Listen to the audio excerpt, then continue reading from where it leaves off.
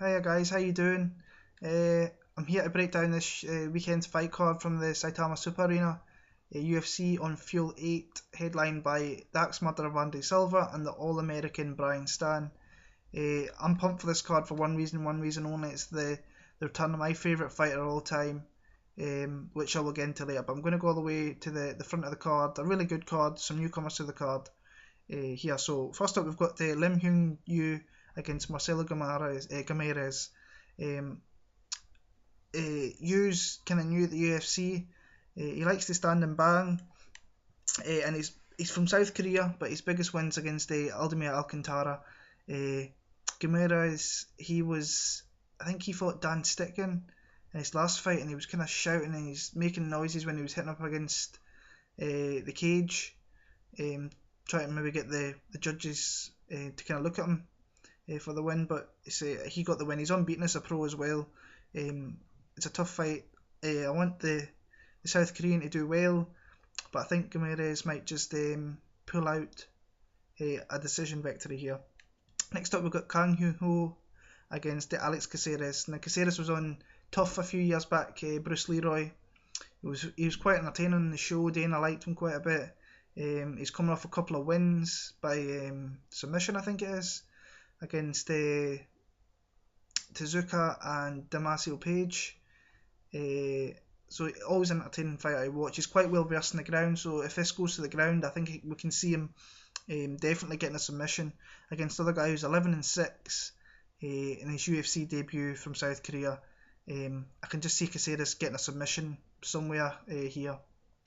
Next up we've got Kazuki Takatomi, who's I haven't really watched that much JMMA, but I don't think this guy's great, and he's got a bad chin if I remember right.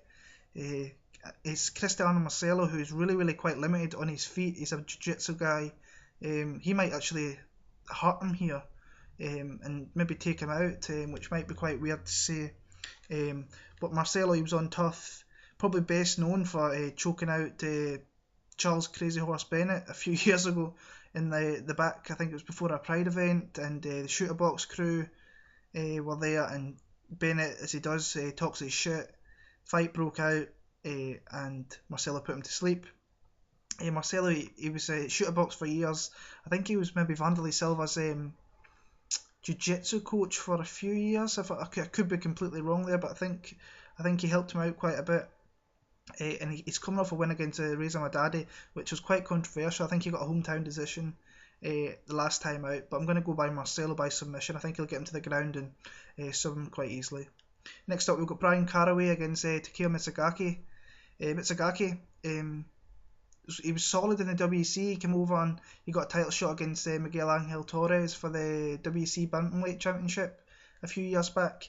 He lost a few other fights. He fought Uriah Faber, I think, in Faber's debut at 135 a few years back. Coming off a win against Jeff Howland in China November last year. And before that, I think he fought at UFC 144 where he kind of had a shitty decision go against him, but it could have went either way, but I think it was a shitty decision.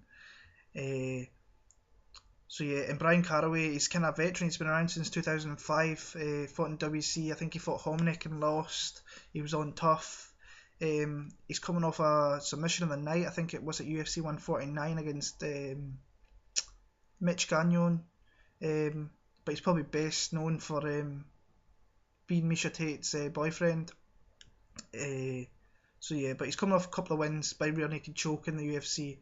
And I think this is going to be another one of these close fights. I can see it going to decision, but I can maybe see Caraway picking up a submission sometime along the way as well. If it gets to late on and Mitsugaki gets sloppy and it goes to the ground, I can see Caraway slapping something on and getting a submission victory. But I think if it goes to decision, I think Mitsugaki might just get it.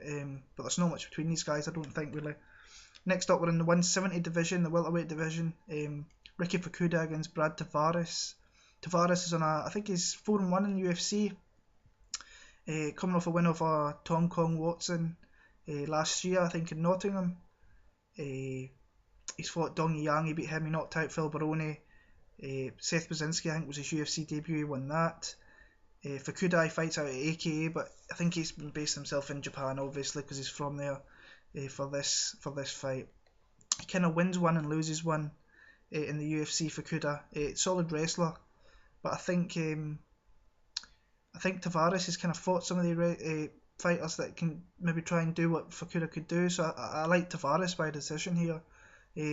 Youthful, maybe could stop the takedowns that Fukuda's going to come at him with, and then get a decision victory himself. But it could be a close one this as well in Fukuda's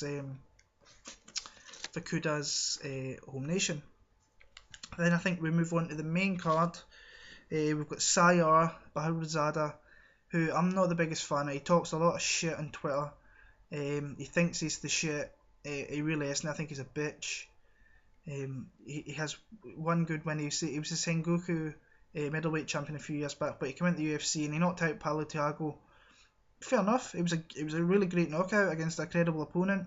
But the guy talks too much shit. Do your talking in there. He did it in that fight, but keep on doing it in the UFC, and the more wins you collect, the more I'm going to give you respect. But just don't talk shit. Just go out there and do it. But tough fighter. He's against Dong Kim here, whose only 2 losses are to Carlos Condit and Damian Maia. So a couple of really top class guys that he's faced that have beat him. Apart from that, he's been pretty solid. He's a judo guy from Korea who, if he gets you, he'll throw you down and he'll keep you there and he'll beat on you and he'll just smother you. Kind of like Yushin Okami a little bit, but in the welterweight division. He's quite a solid fighter. As I say, he's only lost to a couple of credible guys in the welterweight division. But hopefully, just to shut Sayar up. I know my girl at Foxy79 doesn't like him either. We don't really like Sai, just talks too much shit. But I'm gonna go with Dong Hyun Kim just to shut Sayar up. But I'm hoping he's gonna do it. Hope Sayar doesn't get the win, because then we're gonna have shit for days on Twitter. And even though I don't follow him, he seems to get retweeted all the time, talking his shit. So we don't want that. Next up, we've got Rani Yaya against Masuto Hirota. Hirota's quite a good guy. I've watched quite a bit of him in the JMMA that I have kind of seen. Former Deep in Sengoku lightweight champion. And his first fight in the UFC. His last fight, he actually fought Pat Healy, veteran of the sport, tough guy at lightweight, and lost. Faced Aoki a few years ago in a champion v champion fight, and he lost that as well. I think he lost a hammerlock. It's not something you see much in MMA. And Aoki was a bit of a dick in that fight, if I remember right as well. Yaya, submission guy. If you go to the ground with this guy, he can easily submit you. Wins over Hominick, Wineland, who else? Mike Brown, Josh Grisby, I was just seeing there. So yeah, 17-7 record, and he's sick on the ground. So if this goes to the ground, Hirota could be in for a lot of trouble. I think Hirota likes to kind of stand and bang. He's got a few knockouts to his name. I like the knockout guy here, so I'm going to go for Hirota by knockout, if not by decision. But knockout, second round. Next up, in the main card, I think here, I think we're already in the main card, sorry.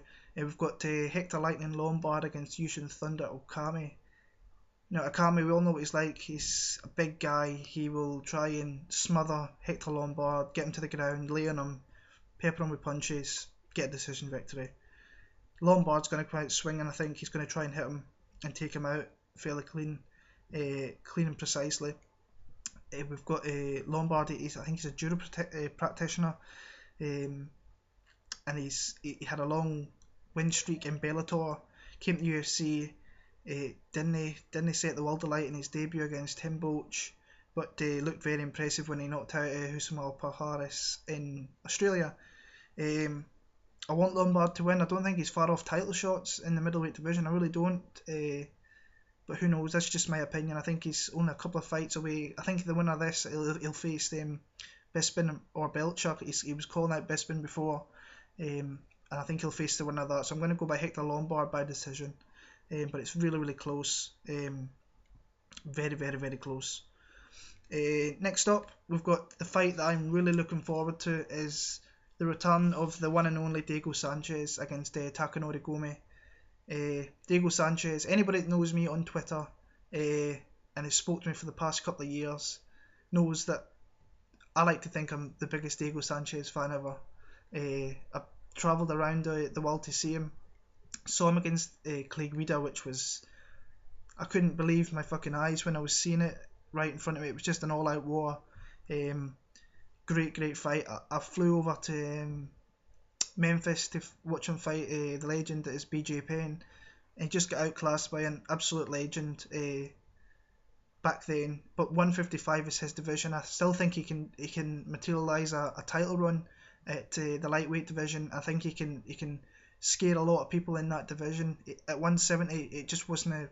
He didn't look natural at that division at all. Even though he put on some great fights, he last fought a year ago against Jake Ellenberger. He's been out for far too long. I think he's been injured. And I think if that fight went 5 rounds, I think Diego Sanchez was going to beat Jake Ellenberger. He was starting to get into the fight, and he was going.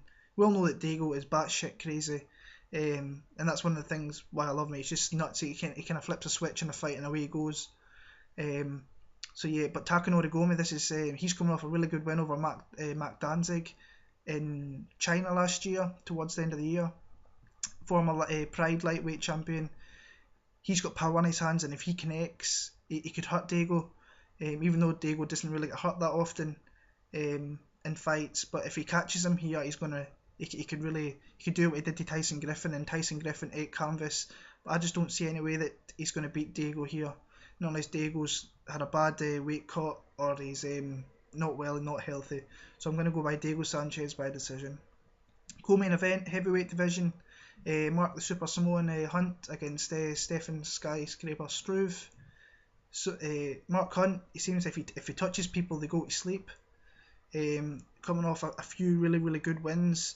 He's fought all the big guys. He fought Fado, I think he fought Krokop, Vanderlei back in the Pride days. Josh Barnett. He loves fighting in Japan. He loves Japan. But Stefan Struve's on a run at the minute, and he's fought some really good fighters. He had a really good win against Stipe Miocic, who I'm really big on. Have been for a few years. And he caught him there and took him out. But I can see him do it again. I can see Struve getting a submission victory here. I think it could be quite close in the fight. But I'm going to go with Stefan Struve by submission. He's only 25, and he seems like he's been around for years. He was at UFC 107, like I mentioned earlier on. That was early on. So I'm going to go with Struve though, by submission in the second round. Main event, Dax Murder of Vanderlei Silva and Brian Stann. This is a really good fight. Up at 205 division, I think it is, for this fight. Stann hasn't looked great at 205, to be honest with you. He was the WEC champion, but that was nothing. It wasn't really around for that long. I think he beat Steve Cantwell, and then he got knocked. I think he lost to Steve Cantwell, and then he beat him back again. But in the UFC, he wasn't great at 205, and I think he will beat Vanderlei here. Vanderlei seemed better at 205, if you ask me. I don't know why he went to 185. He had some wars down at 205 with Chuck Liddell and stuff like that. Absolutely unbelievable fight. I think it was fight of the year 2007. But we all know about Vanderlei Silva. The guy's a legend of the sport, pure and utter legend. Pride champion, former Pride champion in the middleweight division. Loves Japan. Japan loves him. And this is the last time he fought there. I think he lost to Krokop, and then he lost to Henderson before he came over to the UFC. He's just I love Vanderlei Silva. The guy, I think he's one of the nicest guys in MMA as well. As much as he's, I think once you get in there, he's kind of batshit crazy. But his last fight, he lost against Rich Franklin, which I thought was a war. It was one of the fights of the year for me. I've watched it a few times since, and it's just a great fight. So, but Brian Stann, former Marine, we all know about his decorated Marine background. Really good guy.